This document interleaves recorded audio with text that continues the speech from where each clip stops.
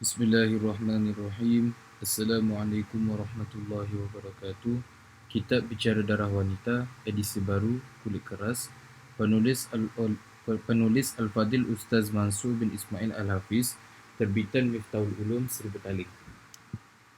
Sinopsis Muka surat 2. Sinopsis Kitab Tuhfatul Al-A'izzah.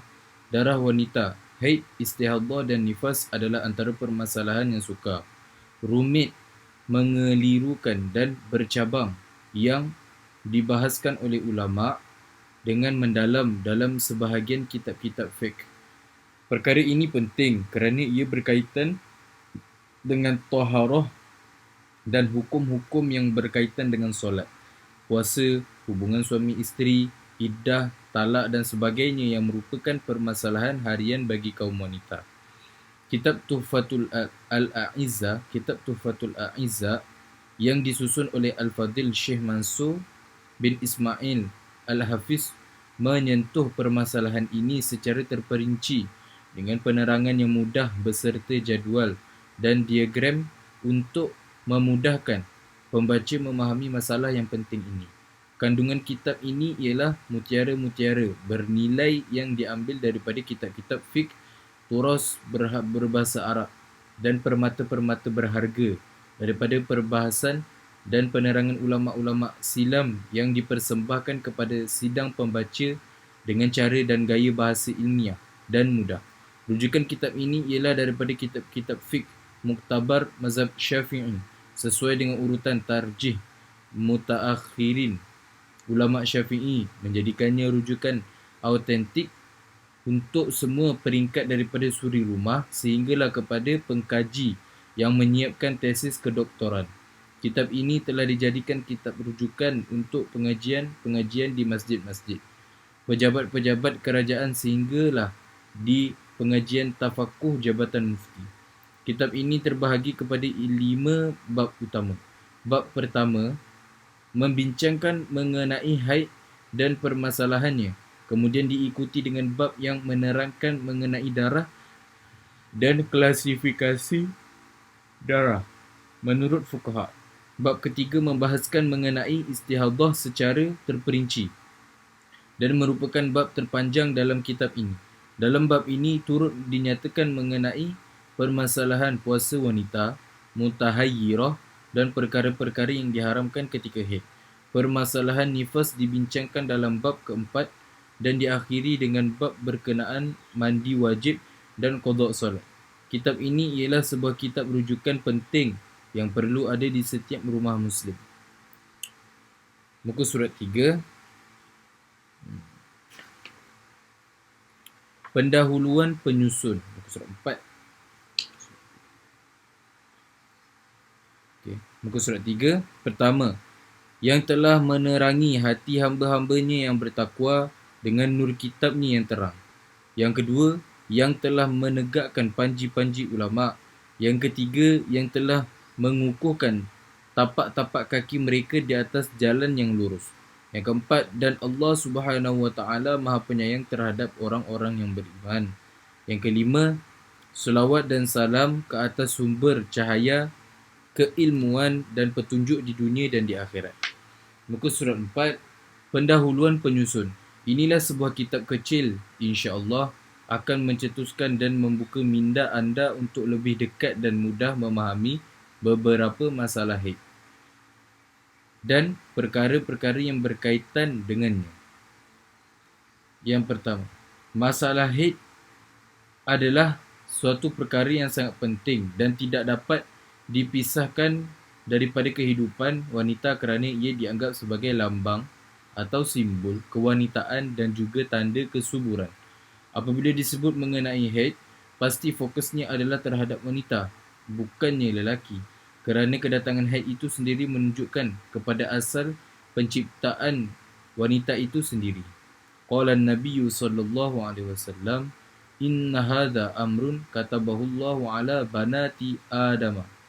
Terjemahan, sesungguhnya ini adalah satu perkara yang telah ditentukan oleh Allah Subhanahu wa taala ke atas perempuan di kalangan anak Adam, iaitu darah haid. Maksudnya Allah Subhanahu wa taala telah mentakdirkan haid ke atas golongan wanita semenjak Allah Subhanahu Wa Taala menciptakannya. Dan haid itu merupakan salah satu ciri sifat daripada wanita, bukan sekadar rupa paras jelitawan.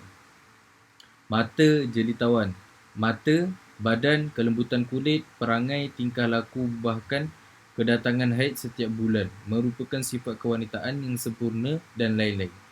Dan juga kedatangan haid pada diri wanita sebagai simbol keyakinan bahawa dia adalah wanita.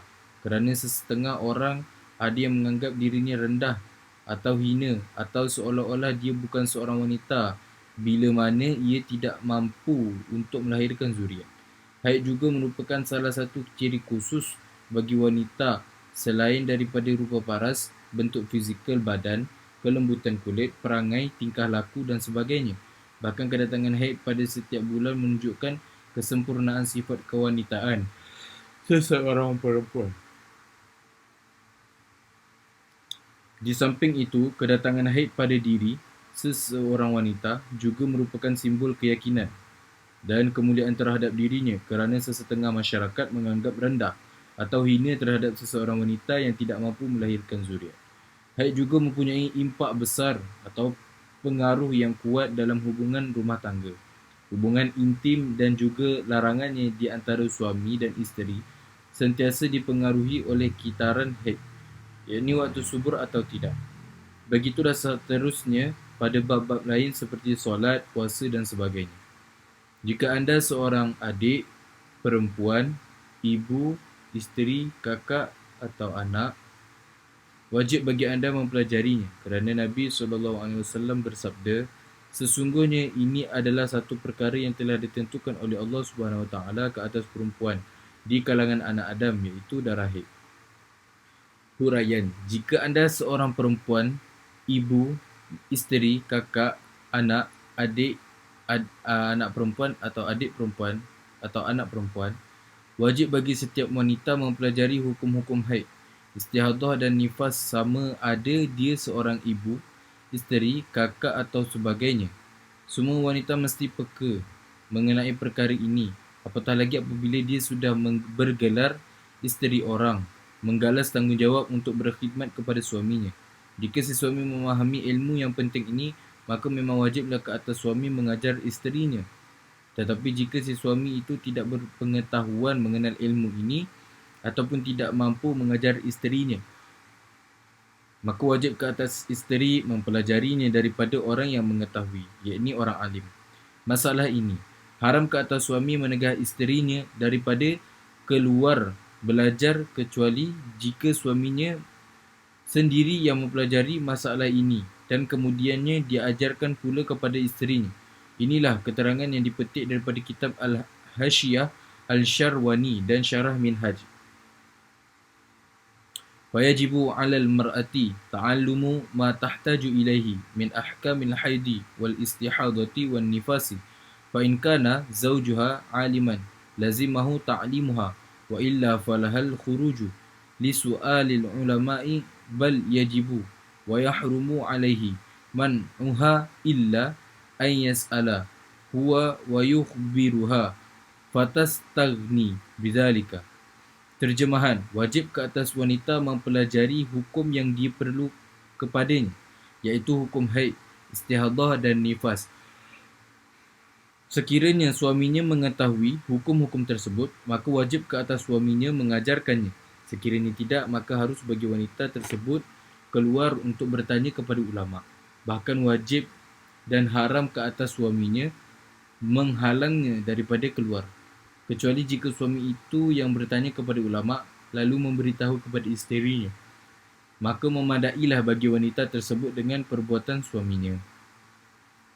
Muka surat yang ke-6, perhatian. Cuba kita perhatikan di sini, berapa ramaikah wanita yang prihatin atau peka untuk mempelajari masalah ini. Terlalu sedikit bilangannya jika dibandingkan dengan jumlah golongan wanita yang terdapat di Malaysia. Sedangkan masalah ini adalah perkara yang mesti diambil serius, sebagaimana masyarakat mengambil berat dalam mempelajari perkara-perkara fardu yang lain seperti solat, puasa dan sebagainya. Ramai di kalangan masyarakat yang menitik beratkan tuition bahasa Inggeris, sains dan sebagainya. tetapi bersikap enteng terhadap masalah haid. Istihadah dan nifas. Sudah tentu kebanyakan wanita sudah kedatangan haid, yakni atau akan kedatangan haid. Istihadah dan nifas, sedangkan ramai di antara mereka masih belum memahami masalah yang penting ini. Bahkan ramai pula yang sudah mendirikan rumah tangga tetapi langsung tidak memahami masalah ini. Meskipun mereka telah menyertai kursus perkahwinan sebelum ini, tetapi sekadar manalah sangat kefahaman yang diperolehi mengenai perkara ini, sedangkan masalah ini sangat berkait rapat dengan hubungan intim suami isteri. Nikah, kahwin, perceraian, solat, puasa, mandi dan sebagainya. Secara umumnya, masyarakat hari ini kurang mengambil berat mengenai masalah wanita di dalam keluarga mereka. Ibu, isteri, kakak dan sebagainya. Sehingga kan ada di antara wanita ini yang enggan belajar langsung mengenai masalah ini, atau enggan mendalaminya, atau masih belum diberikan kekuatan oleh Allah Subhanahu Wa Taala untuk mempelajarinya. Muka surat yang ketujuh. Suami, wajib bagi anda mengajar isteri anda mengenai masalah ini. Jika anda tidak mampu mengajar, suruhlah isteri anda belajar dan berikanlah keizinan kepadanya untuk keluar belajar. Wahai para suami, anda juga perlu mengetahui masalah ini supaya anda tidak tersalah dalam menggauli isteri anda. Bapa, wajib bagi anda mendidik anak-anak perempuan anda mengenai masalah ini. Jika anda tidak mampu mendidik, hantarlah mereka belajar mengenainya. Guru, wajib bagi anda memberi bimbingan supaya murid-murid perempuan anda dapat mempelajarinya, walau siapapun diri anda.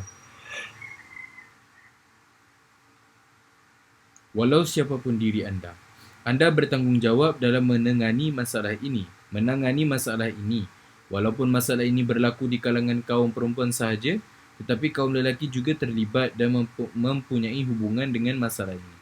Maka adil Allah Subhanahu Wa Taala yang telah menetapkan bahawa walaupun kaum wanita yang wajib belajar, tetapi lelaki juga dipertanggungjawabkan, dipersalahkan kalau tidak mengambil berat mengenai perkara ini. Pada zaman yang serba canggih ini, ramai orang terlupa untuk mempelajarinya. Dalam minda perempuan masa kini, apabila masalah ini datang, mereka hanya mengagak-agak bahawa darah yang keluar itu ialah haid, dan apabila tempohnya terlebih sedikit, maka ianya dikatakan istihadah. Padahal perkara tersebut kadang-kadang adalah sebaliknya. Perkara ini berlaku kerana mereka tidak berusaha untuk tidak berkesempatan untuk mendalaminya, yakni saya terlalu sibuk. Begitu juga dengan kaum lelaki. Mereka berfikiran bahawa haid adalah masalah perempuan sahaja dan hanya perempuan yang patut mengetahuinya. Mereka juga tidak memberi galakan kepada kaum perempuan untuk mempelajarinya dan beranggapan bahawa masalah ini adalah perkara remeh yang tidak perlu dipelajari. Surat ke-8. Seperkara lagi yang perlu diambil perhatian ialah masyarakat hari ini kurang mengetahui mengenai masalah haid kerana golongan perempuan berasa malu hendak belajar atau bertanya mengenai masalah ini lantaran merasakan bahawa haid adalah masalah di dalam wanita, hal sulit, dan ada juga segelintir masyarakat yang apabila disebut mengenai perkara ini, mereka akan menganggap bahawa ia adalah suntik, perkara yang lucah.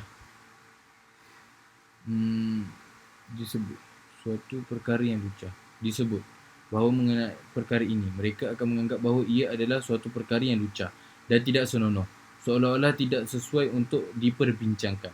Tambahan pula, pihak suami juga berasa malu. Ini yakni mereka yang berfikiran jumud mestilah membuka minda mereka luas-luas, hendak menyuruh isterinya belajar atau bertanya mengenai masalah haid kerana khawatir bahawa masyarakat akan mengetahui masalah dalamannya. Sepatutnya mereka tidak perlu berasa malu. Nota kaki yang kedua. Wa qalat Aisyah ni'man nisa'ul ansari lam yamna'hunna al-haya'u ay yatafaqqahna fid dini. Terjemahan, sebaik-baik wanita adalah wanita Ansar. Perasaan malu tidak menghalang atau membataskan mereka untuk mendalami ilmu agama. Terus, dalam masalah ini, kerana hadis Ummu Salamah radhiyallahu anha ada memberitakan an Ummi Salamah qalat ja'at Ummu Sulaimin ila Rasulillah sallallahu alaihi wasallam faqalat ya Rasulullah inna Allah la yastahyi minal haqqi. Nota kaki yang ketiga, Syekh Sulaiman dalam kitab Bujairiminya menerangkan mengenai inna Allah la yastahyi minal haqqi, iaitu yuhtamalu alla ya'mura ay yastahya minal haqqi aw la yamna'a min dhikrihi imtina'un mustahi. Fakadzalika ana wa innama qaddamtu dzalika ala su'aliha lil isyarati ila annal mas'ula anhu amrun yustahya minhu fahuwa naw'u bara'ati istihlalin inda ahlil badi'i kama qalahu Syaubariyun wa zahiru annal murada bil haqqi huna as-su'alu anil hukmi asy-syar'i. Bujairimi 294. Wa qalat lahu aidan hal lil mar'ati ma'un. Tambahan pada riwayat yang lain, terjemahan, kenyataan ini mengandungi dua makna. Pertama, Allah Subhanahu Wa Taala tidak memerintahkan untuk malu daripada kebenaran. Kedua, janganlah keengganan orang yang malu itu menghalang daripada menyebut perkara yang benar. Begitulah juga keadaan Ummu Sulaim. Hanya saja Ummu Sulaim menyebutkan kenyataan ini sebelum soalannya kerana ingin mengisyaratkan bahawa perkara yang ingin ditanya ialah perkara yang malu untuk disebutkan. Ini ialah bara'atul istihlal. Ini pembuka bicara. Di sisi ulama badik, begitulah yang disebutkan oleh Imam Syaubari. Perkara yang zahir di sisiku ialah maksud al-haq dalam kenyataan Ummu Sulaim ialah bertanya tentang hukum syarak. Terus, fahal 'alal mar'ati min ghuslin idza ihtalamat qala an-nabiy sallallahu alaihi wasallam. Wa sallama idza ra'atil ma'a faghattat Ummu Salamata taghni wajhaha wa qalat ya Rasulullah aw tahtalimu al-mar'atu qala na'am taribat yaminuki fabima yushbihuha waladuha. Sahih Al-Bukhari juzuk 1 muka surat yang ke-60. Terjemahan, diriwayatkan daripada Sayyidatina Ummu Salamah radhiyallahu anha, beliau berkata, Ummu Sulaim telah datang menemui Rasulullah sallallahu alaihi wasallam dan bertanya, wahai Rasulullah, Allah tidak malu, yakni tidak meninggalkan daripada menerangkan perkara yang hak, yakni benar. Adakah seorang wanita wajib mandi apabila dia bermimpi? Nabi sallallahu alaihi wasallam bersabda, ya, apabila dia melihat kesan air mani pada dirinya, yakni nota kaki yang pertama. Ketika bangun daripada tidur, dia terlihat air mani kerana terdapat kesan air mani padanya, maka dia mesti mandi. Tetapi apabila dia tidak melihat air mani, maka tidak wajib dia mandi. 294 Bujairimi. Faedah, kunsa muskil apabila melihat air mani keluar daripada salah satu kemaluannya, maka tidak wajib mandi kerana diihtimalkan bahawa ia adalah lebihan. Ini zaidan beserta terbuka. Yang asal ammal khunsa al-mushkilu idza kharajal maniyu min ahadi farajaihi fala ghusla alaihi lil ihtimalu. Mana baca tadi? Alaihi lil ihtimali ayyakuna zaidan ma'a infitahi al-asli. Al-Iqna 294. Sambung. Ummu Salamah menutup mukanya kerana malu. Beliau bertanya lagi, wahai Rasulullah, adakah wanita juga berihtilam? Nota kaki yang kedua, mimpi keluar air mani ataupun mimpi berjima. Baginda sallallahu alaihi wasallam bersabda, ya, semoga Allah Subhanahu wa taala memberikan kebaikan kepadamu. Nota kaki yang ketiga, yakni baginda sallallahu alaihi wasallam mendoakan kepada Hadrat Ummu Sulaim kerana meskipun dia berada dalam keadaan malu, dia masih bertanya tentang masalah ini. Kerana disebabkan oleh pertanyaannya lah kita dapat memahami masalah tersebut sehingga ke hari kiamat. Sepatutnya ucapan jazakumullahu khairan diucapkan kepadanya kerana dengan sebab pertanyaannya lah kita dapat belajar mengenai masalah ini. Hamba yang dhaif. Sambung. Dari manakah datangnya penyerupaan atau persamaan anak dengan ibunya? Wa qalat Aisyatu ni'man nisa'u nisa'ul ansari lam yamna'hunna al-haya'u an yatafaqqahna fid din. Dengan ibunya. Nota kaki yang keempat. Kadang-kala seseorang anak itu menyerupai bapanya dan kadang-kala dia menyerupai ibunya. Jika wanita tidak mempunyai air mani, nescaya tidak akan wujud penyerupaan ini. Ini menunjukkan bahawa wanita juga mengalami keluar air mani. Jika air mani ibu lebih kuat, nescaya penyerupaan anak akan cenderung kepada ibu ataupun sebaliknya. Fafihi isyaratun ila annal walada mun'aqidatun min maniyir rajuli wa maniyil mar'ati. Terjemahan. Kenyataan ini mengisytiharkan bahawa seorang anak terbentuk daripada mani ayah dan ibunya. Wallahu a'lam. Muka surat yang ke-10. Terjemahan. Sebaik-baik wanita adalah wanita Ansar.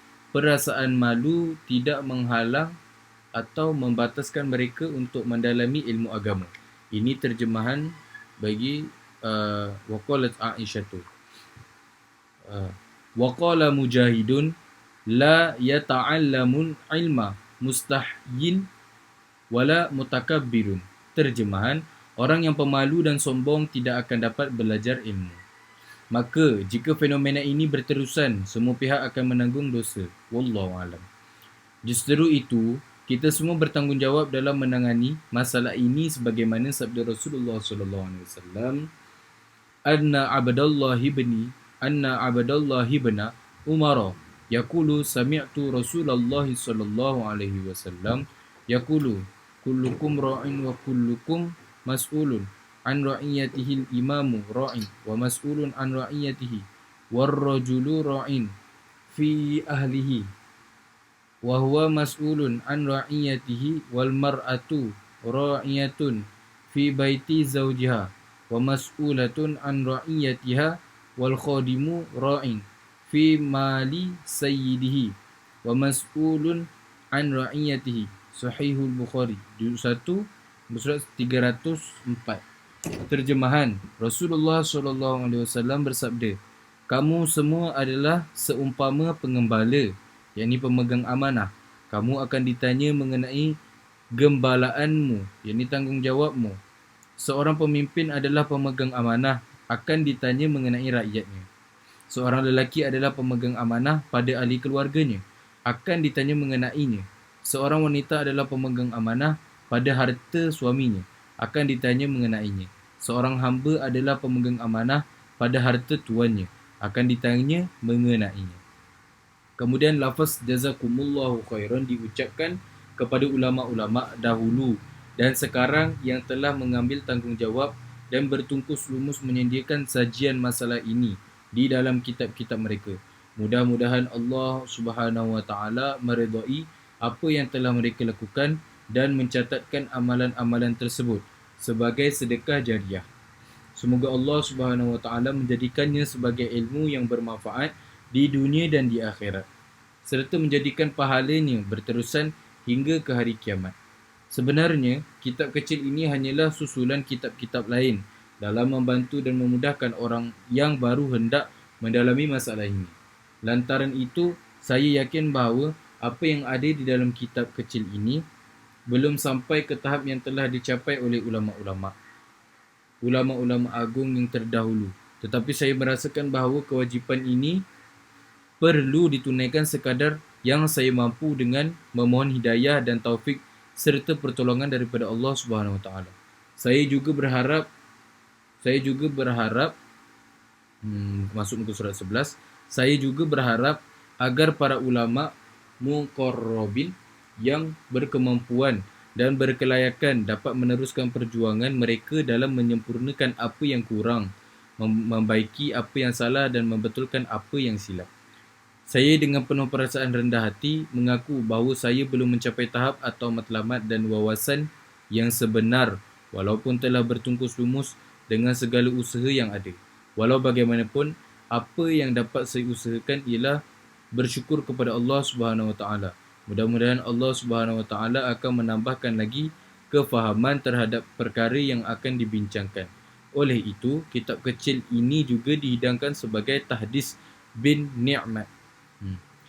Dalam menghasilkan maksud ini, sewajarnya anda memiliki kitab kecil ini untuk membantu menguraikan beberapa masalah yang kusut mengenai haid, istihadah, nifas dan perkara-perkara yang berkaitan dengannya. Mudah-mudahan kitab ini dapat membantu menyelesaikan masalah anda. Semoga Allah Subhanahu Wa Taala dengan limpah kurnianya memberkati kehidupan anda serta memberi taufik kepada anda untuk membuat sesuatu amal dengan berdasarkan ilmu ilahi. Kata ulama, al-amalu bila ilmin mardudun. Sesuatu amal yang dilakukan tanpa ilmu adalah mardud. Ini ditolak. Dalam sebuah hadis riwayat Muslim telah disebut, man amila amalan laisa alaihi amruna fahuwa raddun. Barang siapa yang beramal dengan sesuatu amalan yang tidak ada dalam urusan kami, yakni tanpa ilmu, maka ia tertolak. Akhir sekali, jika anda berasa perlu mengetahui masalah ini dan ingin memiliki kitab kecil ini, milikilah ia dengan fikiran yang terbuka dan hati yang lapang tanpa mengira kos perbelanjaan yang akan dikeluarkan. Muka surat 12. Demi untuk meninggikan agama supaya anda dapat keluar daripada kejahilan, semua perkara ini hanya akan mendatangkan kebaikan atau manfaat kepada akal yang dahaga dan hati yang ada talab. Ini keinginan. Tolak. Di samping itu, jutaan penghargaan yang tidak ternilai dirakamkan kepada ulama-ulama, sama ada yang masih hidup atau yang telah kembali menemui ilahi, di mana mereka lah yang menjadi tempat sandaran bagi kitab kecil ini dan sanad daripada kitab-kitab mereka. Tidak lupa juga jasa pengorbanan tuan-tuan guru yang telah mengajar dan mendidik saya. Antaranya ialah almarhum Syekh Tuan Guru Haji Jaafar Al-Hafiz, yakni Pondok Padang Lalang, Bukit Mertajam. Almarhum Tuan Guru Haji Abdul Hamid, Pondok Padang Lalang, Bukit Mertajam. Almarhum Tuan Guru Haji Daud, yakni Malau. Almarhum Tuan Guru Haji Saad, Pekan Darat. Almarhum Tuan Guru Haji Muhammad Samad, Kati. Tuan Guru Haji Soleh Al-Maki, Penanti. Dan syekh-syekh saya di Pakistan, antaranya Mufti Al-Madur Rahman Binori Tong, Dr. Habibur Rahman Binori Tong, Dr. Abdul Razak Binori Tong, Mufti Zarwali Khan Ahsan Ulum dan Syekh Yasin Al-Maki Al-Padani rahimahullah ta'ala. Begitu juga ribuan terima kasih diucapkan kepada ustaz-ustaz yang juga merupakan rakan-rakan di madrasah, isteri yang sentiasa mendorong, pelajar-pelajar saya dan individu-individu yang telah membantu saya. Ustaz Ismail bin Madderis, Ustaz Musa, Cina, Ustaz Sulaiman, Cina, Ustaz Kamal Madnurka, Ustaz Syamsul Niza, Ustaz Muzakir, Ustaz Yahya, Ustaz Syauqi, Ustaz Munzir, Ustaz Abdillah, Ustaz Abdul Qayyum, Brunei, Madrasah Miftahul Ulum Seri Petaling dan Haji Nasharuddin dalam rangka menyiapkan kitab kecil ini yang saya namakannya dengan hadiah untuk insan yang mulia dalam menjelaskan hukum darah wanita. Tuhfatul A'izzai fil Idahi Masaili Dima'in Nisa'i. Idahi Masaili Dima'in Nisa'i. Rabbi yasir wa la tu'asir wa tammim bil khairi ya fattahu ya alimu wa bika nasta'inu. Untuk memudahkan pemahaman pembaca, saya telah membagikan kitab ini kepada 5 bab yang dilengkapkan dengan rajah-rajah, renungan pembaca dan penutup. Walau bagaimanapun, saya tidak memasukkan perselisihan pendapat fuqaha, yakni ikhtilaf mazhab di dalam kitab ini, melainkan sedikit sahaja. Saya menggunakan tulisan Rumi dan bulan Masihi sebagai contoh-contoh bulan pada rajah, kerana hendak memudahkan pembaca dan mereka yang baru hendak mendalami masalah ini, lantaran ramai di kalangan orang awam yang masih celaru dengan tulisan Jawi dan bulan-bulan Hijri. InsyaAllah ta'ala, edisi Jawi bagi kitab ini akan diterbitkan pada masa yang akan datang. Wallahu alam. Semoga Allah Subhanahu wa taala memberkati kitab kecil ini dan menjadikannya sebagai suatu amalan soleh kepada semua masyarakat Islam, sama ada bagi pihak penyusun atau pembaca, serta menjadi kelazatan kepada semua perkara. Halawatul ilmi, halawatul imani, kahalawati tamri fi ma'idatil fitri. Buku surat 14. Kesimpulan, antara sebab ikhtiari yang mendorong hamba yang dhaif ini membuat keputusan yang sangat penting untuk membahaskan masalah ini ialah: pertama, sesungguhnya haid adalah masalah yang sa'ubah, susah dan bercelaru. Jadi usaha hendaklah dilakukan supaya perbahasan ini menjadi mudah, semudah-mudahnya, supaya masalah-masalah haid dan yang berkaitan dengannya dapat difahami dengan tepat melalui kaedah-kaedahnya, bukan secara ikut-ikutan. Yang kedua, sesungguhnya terdapat banyak kaedah bagi haid di mana sebahagian yang menyerupai sebahagian yang lain. Oleh itu, usaha hendaklah dilakukan supaya dapat ditunjukkan pembahagiannya dan perbezaan-perbezaannya. Yang ketiga, sesungguhnya haid itu kadangkala perbahasannya akan membawa pelajar ilmiah juga tersalah faham sebagaimana yang berlaku di kalangan orang awam. Jika pelajar agama pun boleh tersalah faham, apatah lagi orang awam. Justru itu hendak dibahaskan masalah-masalah yang mudah disalah erti dengan peringatan-peringatan penting serta catatan-catatan fakta ilmiah berdasarkan mazhab Syafi'iyah rahimallahu ta'ala. Yang keempat, sesungguhnya haid mempunyai kaedah-kaedah, formula-formula, catatan-catatan serta faedah yang kadang-kala sama dan kadang-kala berbeza di antara ulama-ulama dan masyayikh-masyayikh. Jadi usaha hendaklah dilakukan dengan mendatangkan sedikit pandangan ulama-ulama di bawah mazhab Syafi'iyah rahimahullah ta'ala dan pendapat-pendapat lain yang dinukilkan daripada ulama dan hukama dengan membuat kesimpulan-kesimpulan ringkas beserta latihan-latihan berkaitannya. Yang kelima, sesungguhnya haid adalah merupakan masalah yang agak sulit dan rumit. Oleh itu, perbahasan mengenainya mengambil masa yang panjang untuk dikumpulkan dan ini juga merupakan faktor seringkali berlaku kesilapan dalam menyusun permasalahannya. Justru ini, usaha hendaklah dilakukan supaya tidak berlaku kesilapan dengan mendatangkan gambaran-gambaran masalah bersama jadual carta dan peta minda dengan memperbanyakkan contoh-contoh misalan, latihan-latihan, kaedah-kaedah, catatan dan sebagainya. Muka surat yang ke-15. Yang keenam, sesungguhnya terdapat banyak permasalahan pada haid yang sering kali diragui jawapannya pada sesetengah gambaran.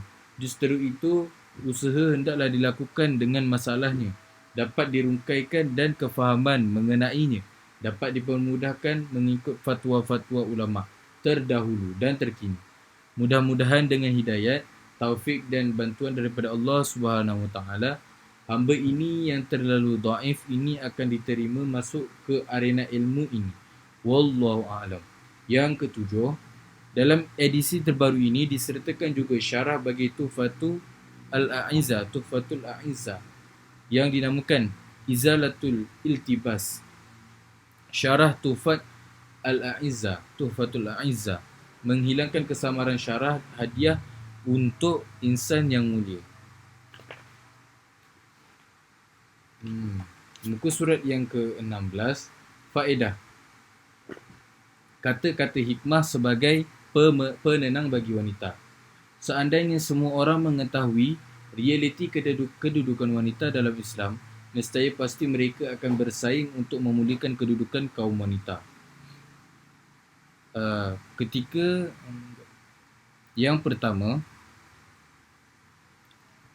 al-mar'atu indama takunu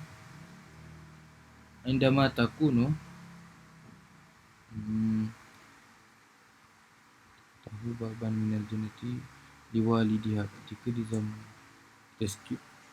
langkah ketika di zaman kanak-kanak, kaum wanita lah yang merupakan anak kunci pintu syurga bagi kedua ibu bapanya. Yang kedua, bahasa Arab langkah ketika bahasa Arab wa indama takunu zaujatan fa innaha tukmilu nisfa dini zaujiha. Ketika menjadi isteri, mereka lah yang akan menyempurnakan separuh daripada agama suaminya. Yang ketiga, wa indama takunu umman fa innal jannata tahta aqdamiha. Ketika menjadi ibu, syurga berada di bawah telapak kaki mereka. Justru itu, marilah kita bersama-sama membantu dalam menyelesaikan masalah-masalah kaum wanita dengan mengajarnya atau memudahkannya untuk pergi belajar agama atau mendapatkan kitab agama yang boleh menjadi penemannya walau di mana dia berada. Janganlah kita ketinggalan dalam usaha ini kerana kebanyakan kaum wanita adalah suri rumah sepenuh masa. Saya ini wanita berkhidmat 24 jam sehari semalam.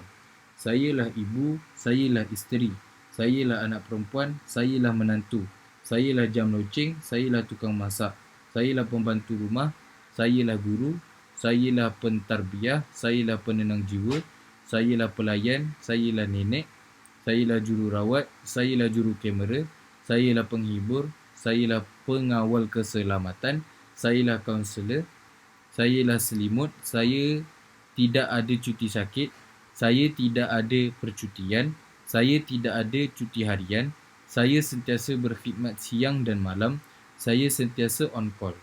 Jadi, hargailah saya, bantulah saya, hantarlah saya belajar supaya saya dapat menyelesaikan masalah agama berkaitan diri saya sendiri. InsyaAllah lelaki, suami atau bapa tidak akan rugi, bahkan akan mendapat banyak kebaikan dan manfaat. Itu surat ke-17. Wallahu a'lam.